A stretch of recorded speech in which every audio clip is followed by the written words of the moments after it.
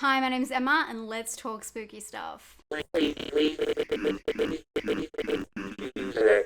Welcome back. I am so excited for this video. This is going to be my interpretation of Saint Maud and all of the things you may have missed when you were watching it. If you have not seen Rose Glass's psychological horror, Saint Maud, this video contains major spoilers, everything. So do not watch this if you haven't seen it, unless you want to ruin it for yourself. You have been warned, let's jump in. Saint Maud follows the story of a traumatized nurse named Katie. Katie has taken on the name Maud, and something right off the bat, the name Maud means battle mighty, which makes sense given the fact that we know that Maud is now a devout Catholic, and she believes she is completing a mission from God, a battle of good versus evil. But even more interesting is that the name Katie means pure. So now she is known as Maud as she was pure, and she is now in a mighty battle, whether you look at that as her completing this mission, this mighty mission given to her by God,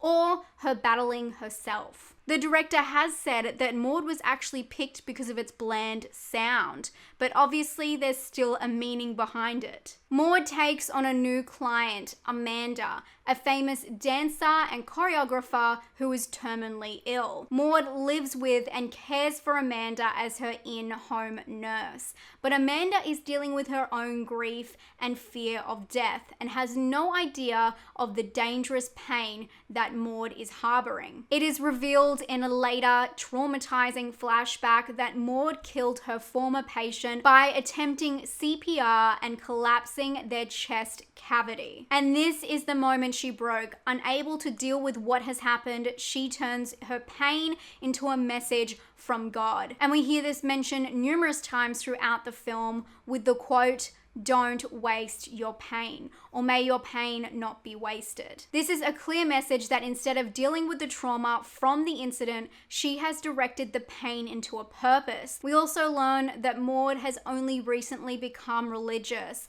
and we assume this is after the accident. So this is a recent conversion. From here, she starts connecting every single thing, interpreting them as signs from God, and giving her life purpose. Purpose to her mistake, purpose to the incident. She is to carry out a mission from God. From here, the film splits into 2 points of view. You can believe that what Maud is seeing is real, or that the trauma created from the accident has made Maud delusional. Let's firstly look at the perspective of Maud truly communicating with God, because there's lots of evidence for this. There's obvious things such as the wings, the swirling that is seen in the glasses and the sky, God talking to her. If that's not a sign, I'm not sure what is. And the devil testing her faith through Amanda. But there's also some subtle hints, such as the cross falling off the mantle. And there's also some hidden signs from God that she is on the right path, such as my favorite, the pose. The thing about this film is that there's a lot of subtle details hidden in the background, and one that had a small connection, but I didn't realize how much until I watched this a second time, is the pose. This is the pose we are made to believe Maud sees for the first time as a poster of Amanda when she's going through her dance memorabilia. But the pose actually appears in the first scene of the film, and you may have missed this. Her previous patient is lying on the bed in the exact same pose in the background. Later, we also see Maud in this pose when she feels like God is taking over / speaking to her, and she is laying on the stairs. And of course, we do see the origin of the pose on the tape that Amanda is watching one night. Could this be a sign from God that Maud is heading in the right direction? Her patient was meant to die in order for her to carry out her mission. This was her life's goal, her life's purpose, because we all know pain shouldn't be wasted. But then there's the other perspective, and this is the one I align with more. Maud is forced to turn her pain into a mission from God to survive mentally. She has to escape the reality of what happened. The reason we see things such as the angel wings and God speaking to her is because we're seeing them through Maud's eyes. Something that is important to mention here is that when God speaks to Maud, it's in Welsh. Maud has a slight Welsh accent, and you can view this as God speaking to her in her own language. But for me, it plays against that theory because it's odd that God would choose to speak to her in Welsh when he has been able to communicate to her during the whole film in her head. Instead, he chose the most personal language to her, which makes it seem like, to me, it's coming from her. And to add to this, guess who delivered God's lines? None other than Maud herself, played by Morfydd Clark. And as I said before, the details are very important in this film. There are some little aspects you may have missed in the background that actually create any sways you see when there is a religious moment. It is created by something else that you may have missed. A great example of this is when Amanda and Maud are sitting on the couch and they're claiming to have the same religious experience. But right before this, you may have missed on the TV, if you listen closely, you hear a man talking about euthanasia and his death. John said it was his final wish to have a peaceful, pain-free death with his family by his side. We know that Amanda is not at peace with dying, and Maud keeps reminding her of her own mortality. This causes her to sink into that moment and push her grief away so she can have a moment of peace, playing along that she will go to heaven. This isn't because of Maud being with her and having this Holy Spirit. This is because she is being reminded of her death and she is surrounded by death. We also see later that Amanda admits to playing along in this scene because of boredom. You have no idea how dull it is to be dying. But I think the truth is somewhere in between. She wants to believe, but she just doesn't. Because earlier in the film, she does admit to her fear of death. What will I be looking at? Will there be anyone else there?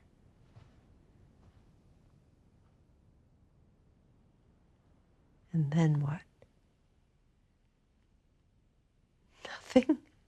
And Amanda is a huge catalyst in this film every time something religious shows up, because she contradicts everything that Maud believes. So therefore, she has to be the devil, right?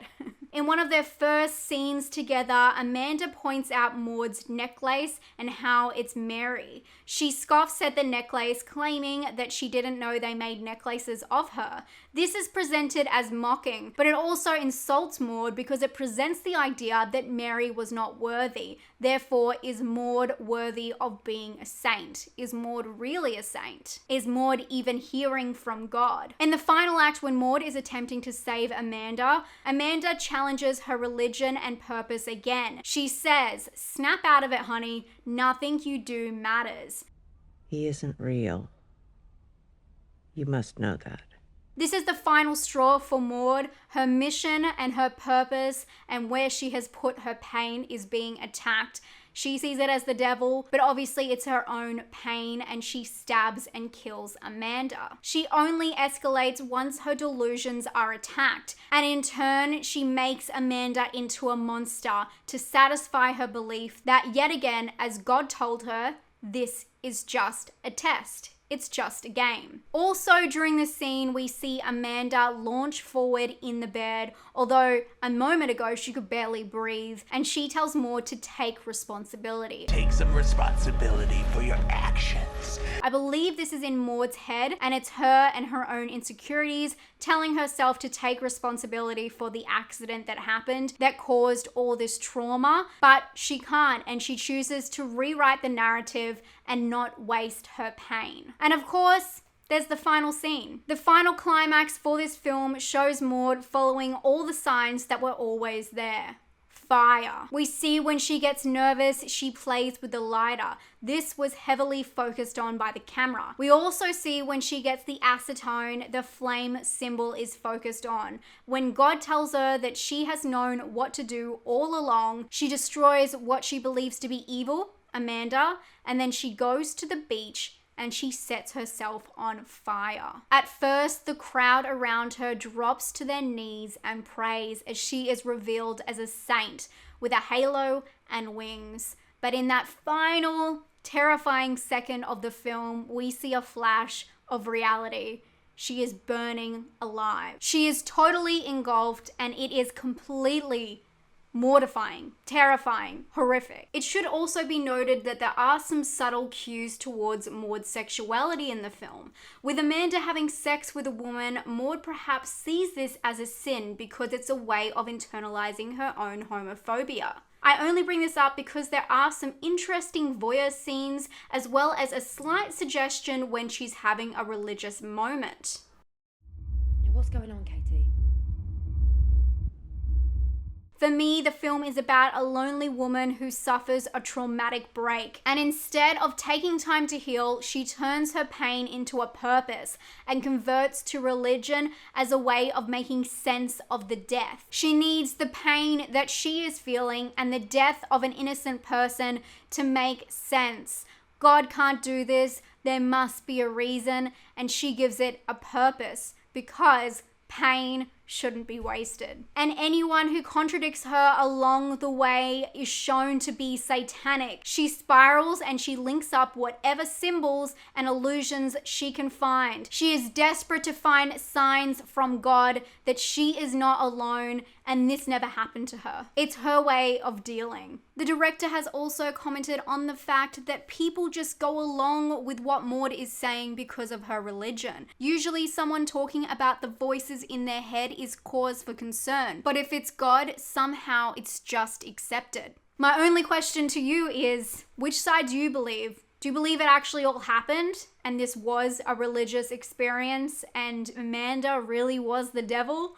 Or do you think it was all in Maud's head? This film completely blew me away because of the blind faith Maud had. The film is just terrifying, and I think that real life is just as terrifying as horror movies. So I was glad that they were able to show both sides of the coin in this and really show the complexity of Maud/Katie and show who she was and how she became who she unfortunately is. I can't wait to hear your thoughts down below. I would love to know what the idea behind the swirling was in the drinks and in the sky, if it was just God reaching out or if there's any religious significance in that. I'm not a religious person, but I'm very interested in religion and I absolutely love this film, as you can tell.